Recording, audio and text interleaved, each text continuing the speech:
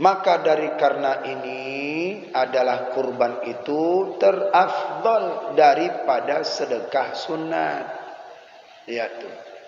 Walaupun bapak tidak sedekah 500, 200, 300, 400 untuk membeli satu kurban, satu hewan,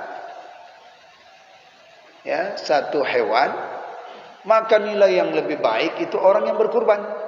Nah, walaupun itu disedekahkan satu ekor kambing, Pak, ini saya sedekahkan atau saya infakkan seekor kambing untuk di sini.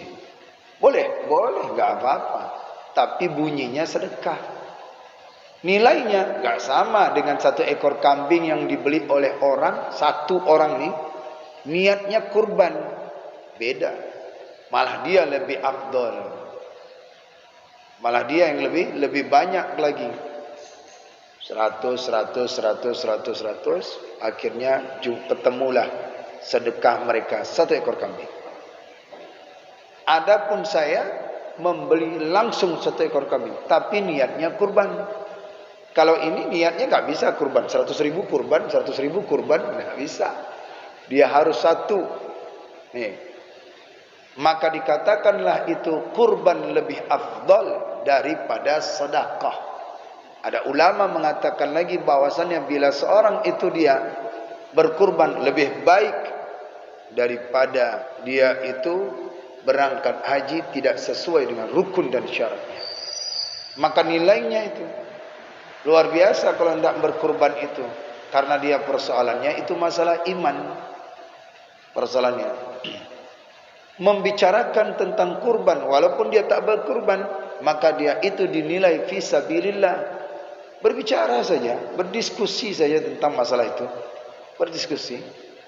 Mencari kurbannya sendiri, dia sendiri, melangkah sendiri untuk menandakan syukurnya kepada Allah. Dia kurbankan satu hewan. Setiap langkahnya itu dihitung kebaikan. Begitu. Makanya ulama-ulama dahulu itu mereka usaha sendiri. Usaha sendiri. Tidak mau dia instan. Kenapa? Ada nilai dibalik daripada yang dikurbankan. Ada nilai.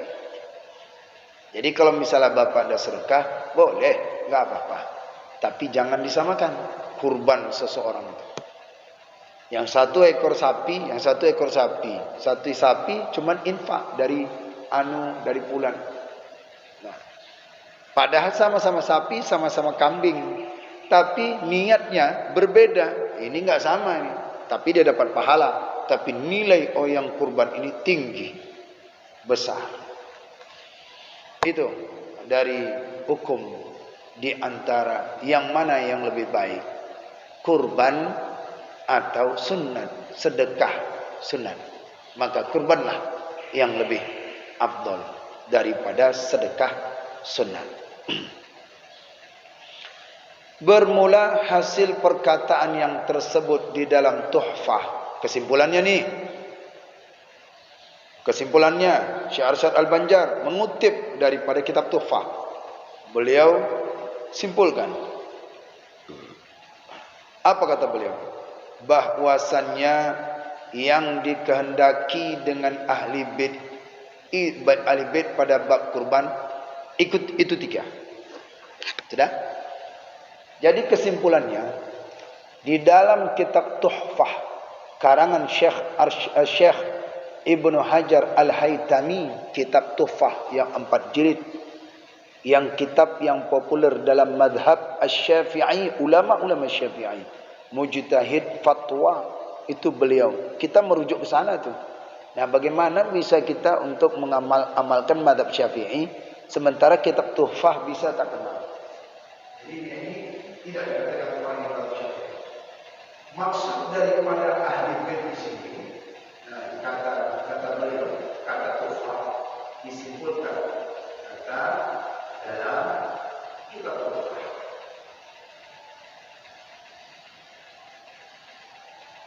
Apa kata beliau? Maksud daripada ahli bait ini yaitu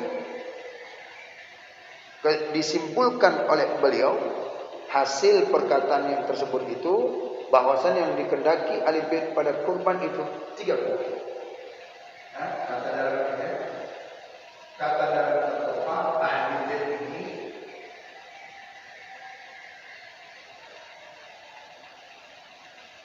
itu dikehendaki itu 3 kemungkinan.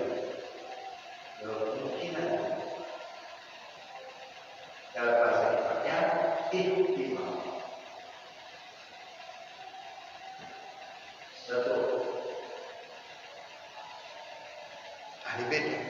Jadi sini musannif mengajak kita membahas tentang keluarga dulu, ahli bait.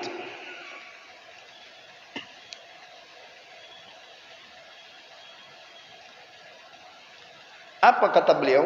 Yang pertama, maka muhtamil, kemungkinan yang pertama ini, kemungkinan ihtimal, orang yang dimungkinkan muhtamil, itu muhtamil namanya. Yang dikehendaki dengan ahli bait di sini seperti yang dikehendaki dengan dia pada babul wakaf. Yang pertama ini kemungkinan seperti yang dikehendaki pada bab wakaf. Bab wakaf, coba tilik kembali, coba lihat lagi bab wakaf, itu yang dimaksudkan. Artinya apa? Yaitu segala kerabatnya daripada laki-laki dan perempuan. Nah, itu yang disebut dengan ahli bait. Ahli bait itu siapa-siapa yang dekat dengan mereka. Saya dekat dengan orang-orang yang dekat dalam silsilah keluarga, satu ibu, satu ayah, satu nenek, itu yang disebut dengan kerabat. Maka kemungkinan yang disebut dengan ahli bait itu tuh yang tadi, ahli bait itu yang disebut ahli bait. Jika salah satu daripada mereka, satu keluarga besar misalnya 10 orang, maka satu keluarga ini melakukan, maka ini yang disebut dengan ahli bait. Kemungkinan ini kata kitab Tuhfah, gugur tuntutan mereka, baik itu laki-laki maupun daripada perempuan. Dan itulah yang muafakat dengan perkataan yang terdahulu. Jadi ini yang sesuai, muafakat, ini yang cocok, ini yang udah pantas ketemu. Jadi kalau bapak di sini berkurban, maka yaitu kerabat-kerabat orang-orang yang dekat dengan kita satu darah, mereka gugur tuntutannya untuk berkurban. Karena di situ ahli bait. Bahwasannya ahli bait yang berbilang mereka itu adalah kurban itu sunat kifayah. Itu kalau dia melakukan sunat kifayah. Ya. Kalau sunat ain tidak. Jadi kalau dia lakukan sunat ain, bukan orang-orang yang ditanggung, tetapi kerabat laki-laki dan perempuan. Itu kemungkinan pertama. Siapa mereka yang disebut dengan ahli bait yang mendapatkan daripada sunat kifayah atau gugur tuntutannya? Mereka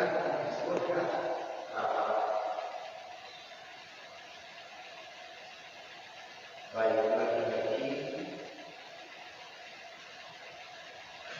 maupun perempuan.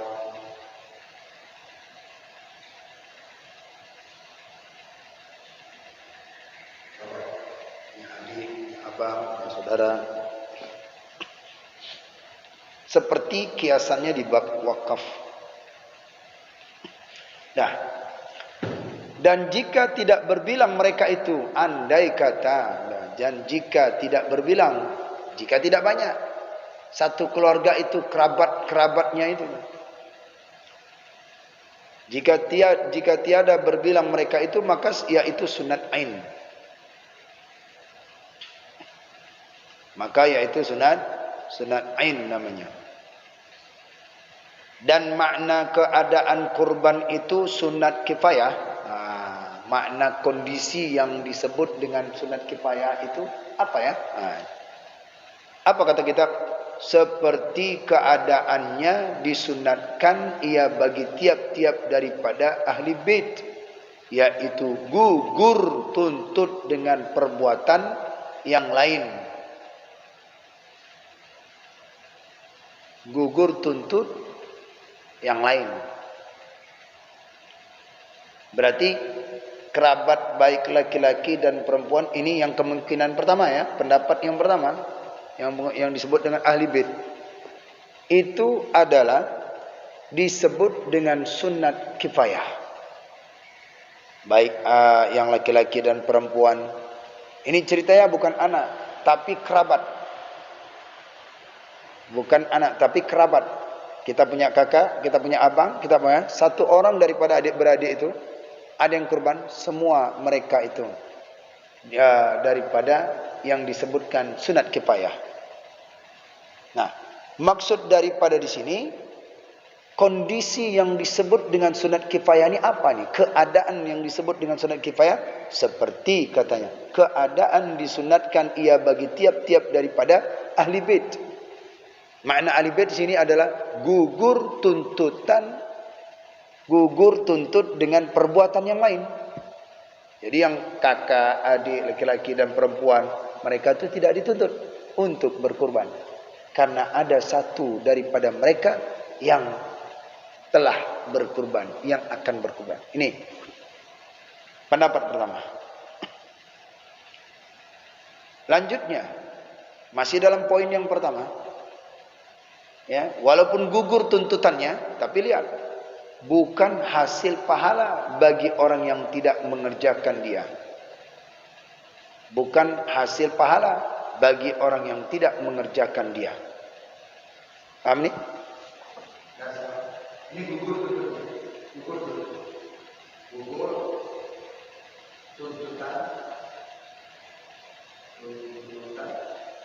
untuk berkorban.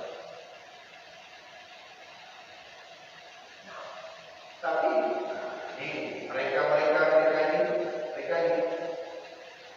gugur tuntutan, tapi bukan pahala. Bukan pahala yang diterima. Cuma gugur tuntutan saja. Yang kakak, abang, adik, yang satu ayah, satu ibu. Ini kata kitab Tuhfah ini. Bukan hasil pahala bagi orang yang tidak mengerjakan dia. Misalnya adik yang nomor 2 yang mengerjakan kurban, kerabat ini. Maka yang dapat pahala dia, tapi yang lain enggak dapat. Tapi mereka itu untuk dituntut berkurban sudah gugur. Nah, gitu maksudnya. Untuk berkurban sudah gugur karena ada salah satu keluarga yang melakukan, kerabatnya. Karena yang ada yang melakukan. Mana contohnya? Coba lihat. Adalah bandingnya, contohnya, umpamanya seperti sembahyang jenazah jua. Maka barang seperti jenazah jua, ya, salat jenazah. Seperti sembahyang jenazah. Contoh misalnya Pak, ada orang salat jenazah. Ya. Di sini salat jenazah. Kita salat jenazah. Yang kajian subuh ini salat jenazah. Maka kira-kira salat jenazah kita ini, kita salat jenazah yang subuh ini, kira-kira kita mendapatkan pahala tidak? Kita mendapatkan pahala. Tapi mereka yang tidak ikut salat jenazah itu berdosa tidak? Tidak berdosa karena kita sudah mengangkat tuntutan untuk mensalat jenazah. Tapi kira-kira karena mereka tidak melakukan salat jenazah, apakah mereka dapat pahala? Tidak. Enggak dapat. Tapi dosa itu hilang. Tuntutan untuk ada beberapa orang yang melakukan sudah. Begitu kata Syekh Ibn Hajar Al-Haytami dalam kitab Tuhfah, ahli bait yang pertama, poin yang pertama. Ya, cukup dia, tapi dia enggak pahala. Yang melakukan salat jenazah itulah yang dapat pahala. Yang melakukan kurban itulah yang dapat pahala. Paham? Nah, Ini poin yang pertama. Tapi lihat dulu, jangan langsung dibantah. Ini karena poin pertama ini ihtimal, kemungkinan, maksud daripada ahli bait. Jadi kita bertanya, dalam kitabnya ahli bait ini siapa nih? Ahli bait ini. Ahli bait itu. Nah, demikian disebutkan oleh Syekh Arsyad Al-Banjar bahwasanya gugur tuntutan, tapi pahala mereka tak dapat, kita yang dapat, yang berkurban itu yang dapat.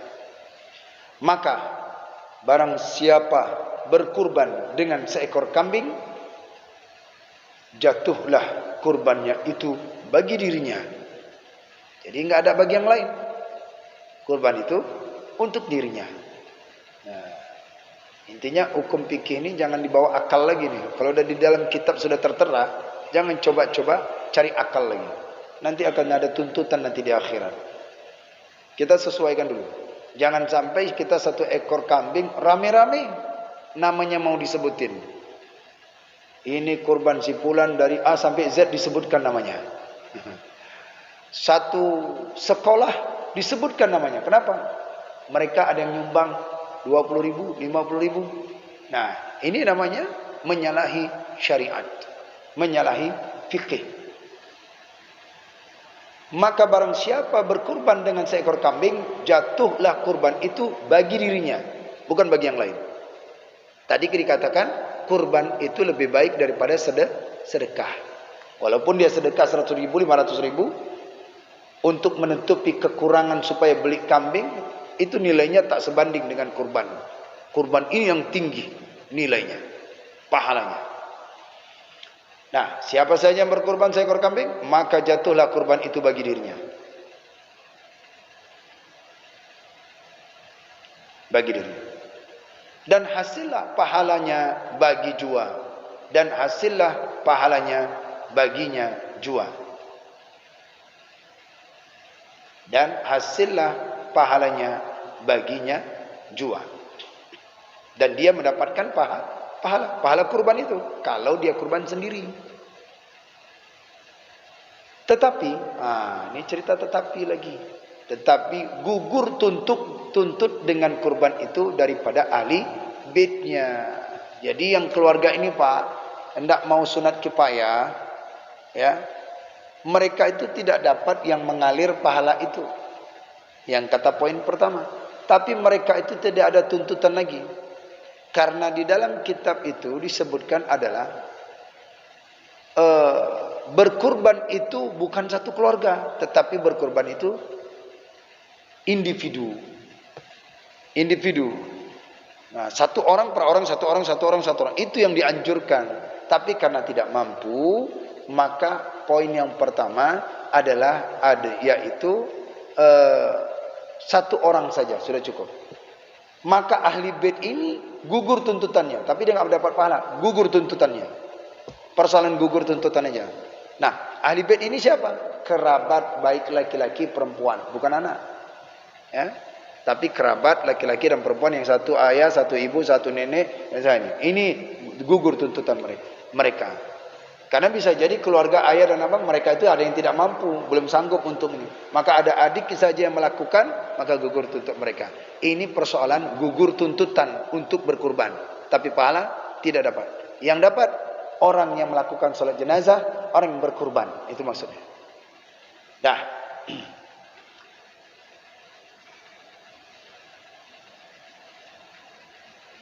Dan tidak hasil pahala bagi sekalian mereka itu, enggak dapat, tidak hasil, tidak memperoleh, tidak mencapai, dan tiada hasil pahala bagi sekalian mereka itu. Siapa mereka itu? Ahli bait.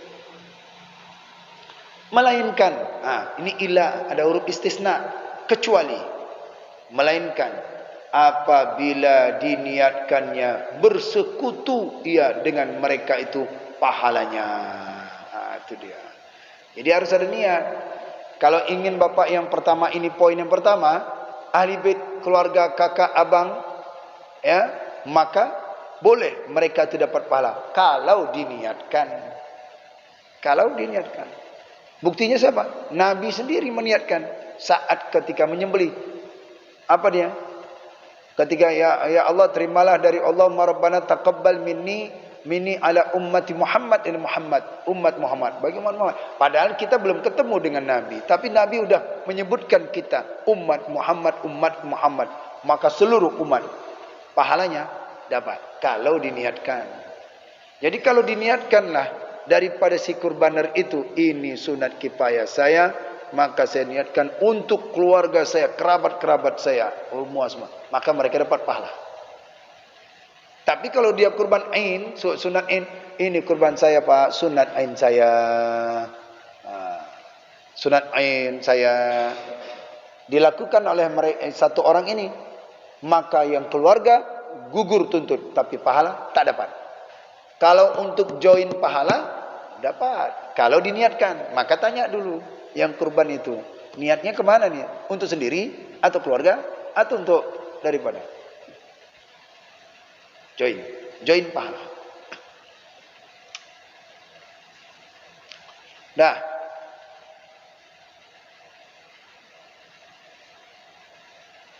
Sudah selesai sampai situ? Ada penjelasan. Bermula tasrih fuqaha, penjelasan para ulama-ulama fiqih. Nah, sekarang lari ini kepada penjelasan ulama fiqih. Dengan mengatakan sunat berkurban, dengan mengatakan apa kata sareh? Sareh, tasrih itu penjelasan. Apa penjelasan ulama fikih? Nah, ini kan ulama fikih langsung bermain lagi nih. Yang hendak menyampaikan, apa kata beliau? Titik 2. Sunat berkurban bagi tiap-tiap seorang daripada ahli bait itu menegahkan ia akan bahwa yang dikendaki dengan ahli bait itu segala mereka itu yang mahjur, yakni yang ditegahkan. Itu kata penjelasan ulama fikih, yang mereka itu hukumnya sunnat ahli bait. Ahli bait itu berkurban dengan tiap-tiap seorang daripada ahli bait. Ya, ahli bait yang mana? Kakak, abang, adik, semua itu yang mereka itu daripada disunatkan. Itu kata fikih. Tapi kalau selain daripada penjelasan para ulama-ulama fikih, melihat daripada hadis, melihat daripada hadisnya sunat kifayah. Sunat kifayah. Udah gugur yang lain. Tapi karena ulama-ulama fikih, beliau mengatakan sunatlah hukumnya bagi tiap-tiap daripada ahli bait. Bukan satu orang ahli bait udah gugur, tidak. Tapi setiap yang si abangnya, yang si adiknya, yang kemudian bawahnya, itu mereka hukumnya sunat saja, tidak wajib. Sunat.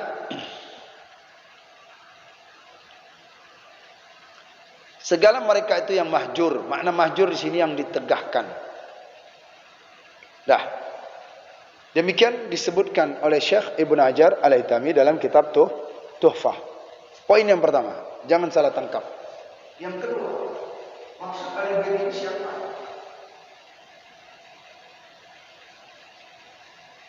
Maksud ahli bait yang kedua ini siapa? Yang kemungkinan dan muhtamilun, dan dimungkinkan pula, ihtimal, dimungkinkan pula, kata Tufah,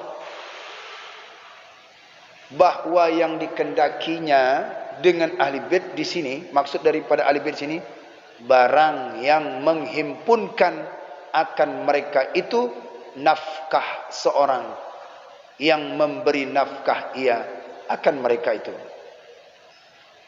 Dan jikalau dengan karena Allah sekalipun, maka ihtimal inilah yang disahkan akan dia oleh Syihab Ramli di dalam Hasyiah Syarah Raudhah. Nah, ya. Kemungkinan kedua yang disebut dengan ahli bait. Ahli bait ini disebut ahli bait itu adalah keluarga yang bukan nafkah. Ahli bait yang ditanggung nafkah mereka.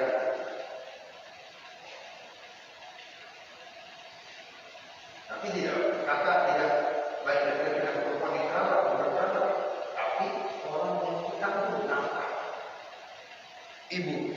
kita nanggung nafkah.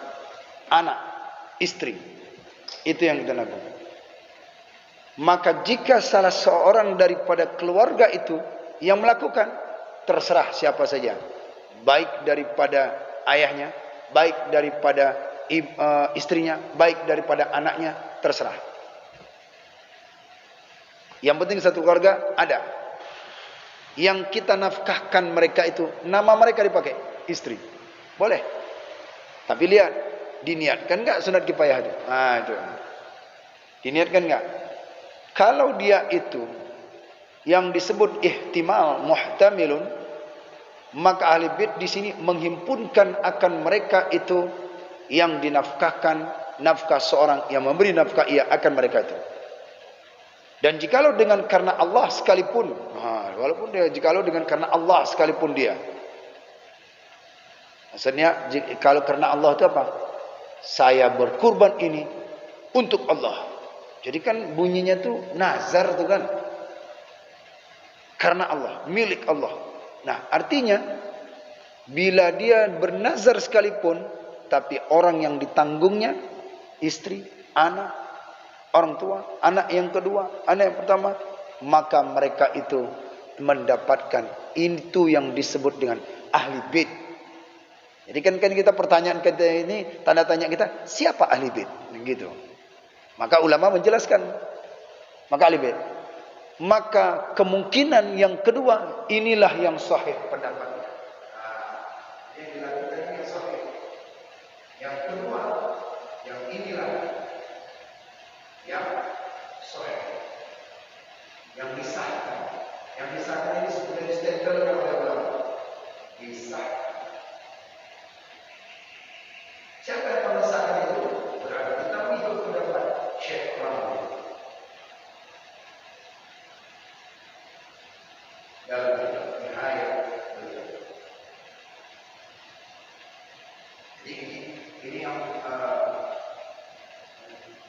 bila satu orang yang disebut ahli bait itu adalah keluarganya, bukan ahli bait yang keluar, yang abangnya yang di sana, kemudian kakaknya yang di sana. Kalian tak perlu lagi ya, kakak dan abang jangan kurban lagi, saya sudah berkurban di sini. Nah, gitu. Itu tidak. Itu pendapat yang pertama. Pendapat yang kedua, orang yang ditanggung nafkah. Ya, orang yang ditanggung nafkah. Walaupun itu ada orang yang satu rumah dengan dia. Siapa? Misalnya ada orang keponakan, ada siapa aja yang pokoknya dia yang di rumah itu kita nanggung, itu mereka dapat pahalanya. Oh, dalam kitab Asya Syarah Tauhid, beliau ini mengarang Syekh Rabi mengarang daripada kitab ayat, tapi disebutkan oleh beliau dalam kitab Syarah Tauhid. Syarah Tauhid apa? Syarah Tauhid ini ada kitabnya Imam Nawawi Rawdatul Talibin. Itu sekitar 10 jilid. Baik. Hanya membahas ahli bait saja, ini udah panjang. Ahli bait aja. Ahli bait siapa? Jadi ada tiga kemungkinan ya, ihtimal. Kalau orang santri itu ngomongnya pasti istilah aja, ihtimal. Kita sendiri nggak tahu apa ihtimal. Jadi kita harus tahu. Jadi mereka ketika mereka mengucapkan ihtimal, kita nak connect. Oh, kemungkinan. Ini maksud daripada penjelasan kitab Tuhfah adalah kemungkinan. Satu lagi, biar enak nanti hilang pembahasannya nyambung. Dan muhtamil pula bahwa yang dikendaki dengan ahli bait di sini kemungkinan yang ketiga, kata kitab Tuhfah, segala mereka yang diam mereka itu di dalam suatu rumah, siapa saja yang tinggal rumah, walaupun itu orang lain. Dan jika tiada ada antara mereka itu kerabat sekalipun, maka atas ihtimal inilah menyimpunkan Syekh Ibnu Hajar dalam kitab Syarah Irsyad, dan telah berlaku atas Syekh Tobalawi. Nah, pendapat yang ketiga, ihtimal ahli bait itu adalah orang yang tinggal dalam rumah, orang yang diam, orang yang diam, yang keturunan, yang menempati, yang diam, mendiami rumah. Orang yang diam, orang yang diam rumah. Maka nafkahnya yang disebut dengan mereka ini adalah jika tidak bahwa ini kendali dengan al-bait itu ada di sini, mereka itu yang dia mereka itu dalam satu yang dalam satu dia siapa saja sekalipun dia itu berkerabat, sekalipun dia itu berkakak, adik, anak.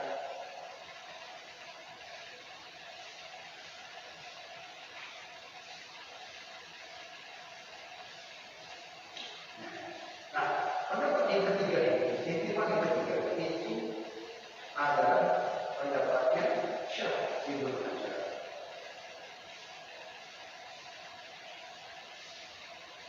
Dalam kitab Syarah Irsyad.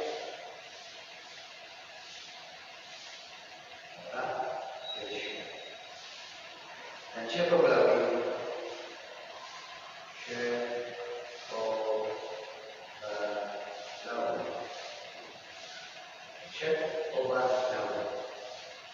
ini yang tiga kemungkinan. Jadi siapapun yang menginap rumah kita pada hari Idul Adha, sama seperti hari raya Idul Fitri, itu orang-orang yang tinggal bersama kita, belum kerja, belum apa. Nah, kita yang zakatkan dia, yang kita tanggung. Maka yang disebut dengan di sini, mereka-mereka inilah ahli bait yang gugur tuntutannya. Yang gugur tuntutannya itu tadi. Ya? Nah, ini pendapat Syarah Irsyad menyempurnakan Ibnu Hajar.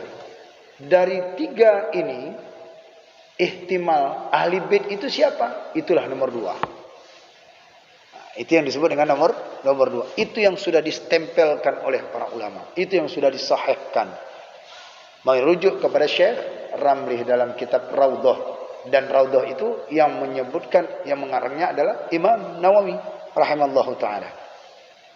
Baik, itulah dia disebut ahli bait. Jadi jangan sampai kita ada ahli bait siapa? Ini zuriat Nabi ya teman? Bukan. Ahli bait itu orang yang satu rumah. Ahli bait, penghuni rumah. Tapi yang mana ini orangnya? Ternyata ulama berbeda pendapat tentang ini. Maka diambillah oleh daripada Syekh Ibnu Hajar. Oh, ini yang disebut dengan ahli baitnya. Jadi oleh karena itu yang pendapat kuat. Tapi kalau ada orang yang mengambil pendapat yang pertama dan ketiga, boleh, enggak apa-apa, boleh. Bisa aja itu boleh, tapi tidak kuat. Boleh. Tapi tidak kuat. Ada yang kuat, kenapa kita ambil yang lemah? Ada pendapat mayoritas yang mengatakan ini orang yang dinafkahkan ini adalah ya, misal tak mampu kita nih, ada yang mampu kita, orang tua. Ya, kita berikan keluarga kita, boleh juga. Ada kemampuan kita, misal kita satu keluarga dengan anak dan istri. Kemudian orang yang kita nafkahkan satu, misalkan. Ada uang satu lagi. Lihat keluarga kita, kakak kita yang susah pula dia, abang kita susah dia. Kita satu kasih pula satu ekor kambing supaya dia itu gugur tuntutan anak dan istrinya. Gitu. Nah, abang kita berikan berapa nih? 3 juta. 3 juta kita berikan dia. Nah, kasihkan aja uang sudah.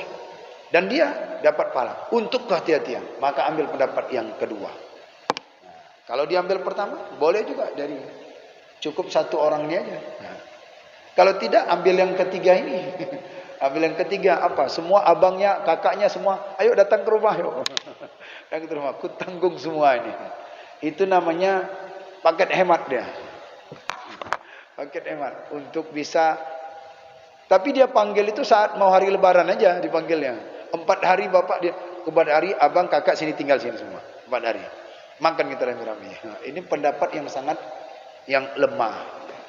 Pendapat lemah. Jadi yang pendapat yang kuat nomor 2, ihtimal yang kedua. Baik, insyaallah kita akan lanjutkan kembali daripada pembahasan berikutnya. Ini yang lebih penting lagi. Kedepannya adalah masalah permasalahan-permasalahan daripada udhiyah itu. Wallahu a'lam bishawab.